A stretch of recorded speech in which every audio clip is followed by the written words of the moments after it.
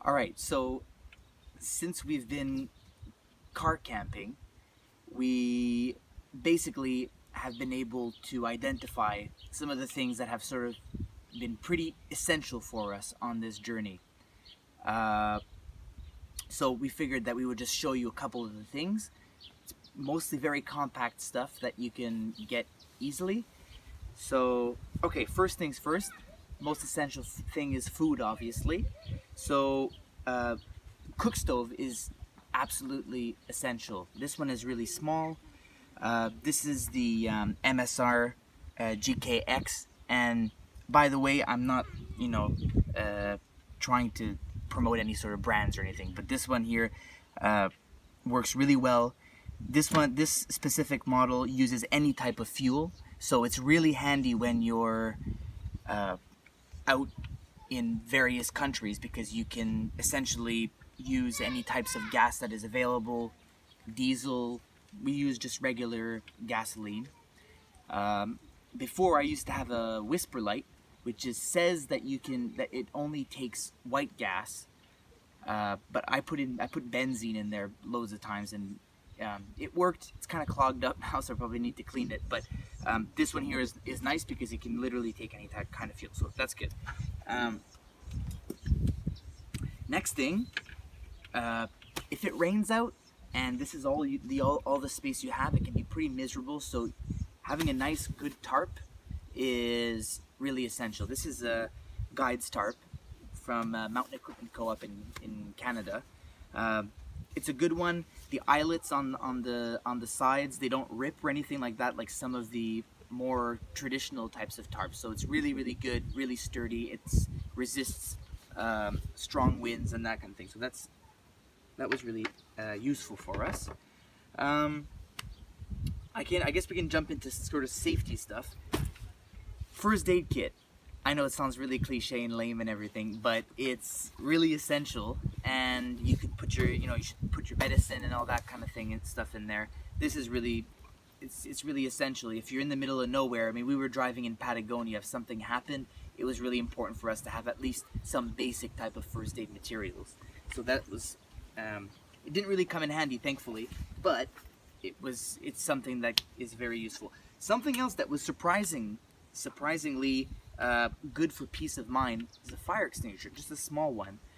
If you're driving an old car, you never know what can happen with it. Some things can start smoking up, so it's good to have that kind of safety net. Also, if you're camping or you're in areas that are super dry, it really is your responsibility to take the proper precautions. If you're using a cook stove, then what happens if it blows out and next thing you know you've got a forest fire on your hands. So just being a responsible camper is really an important thing.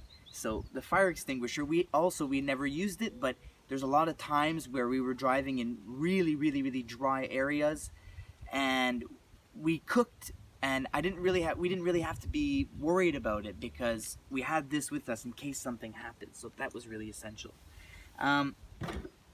Good old hatchet. This can be good for all sorts of things. We've mostly used it to dig holes so that we can poop in. The road poops. Yeah, it's kind of nasty, but hey, it's better to dig it and to bury it rather than just leave it out in the open, right? Also, if you're driving in kind of sketchier places or sketchier countries, it's always good to have something with you that you can at least look a little bit threatening, other than just having tattoos. Next thing, Bluetooth speaker. Also, just a little note on being a responsible camper. You never want to bug people around you. That's no bueno. But it's always good to have tunes. Music is important, and especially if it's crappy outside, then it can really lift up the spirits nicely. Cooler. This is obviously a super basic thing, but this one for car camping proved to be really good. A Coleman Party Stacker is what it's called, but it's really short and it's long. I think it's made for mostly beer. I think it's 24 cans of beer or something, but it slips in right nicely in there. So that was really good for us. Next thing, if you're like us and don't really want to pay for camping too often, solar shower can be super, super useful, because you might feel a bit grimy. I mean, that's normal.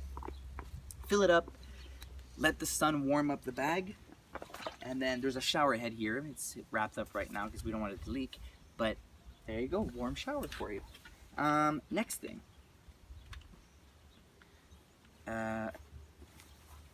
curtains. Obviously you need to have curtains.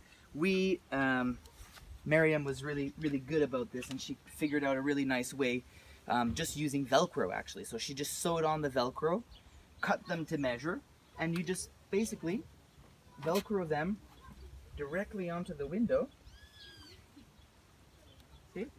Just like that. And there you go. You've got absolute privacy. So it's really great. And then basically we just strung out a string across the back here.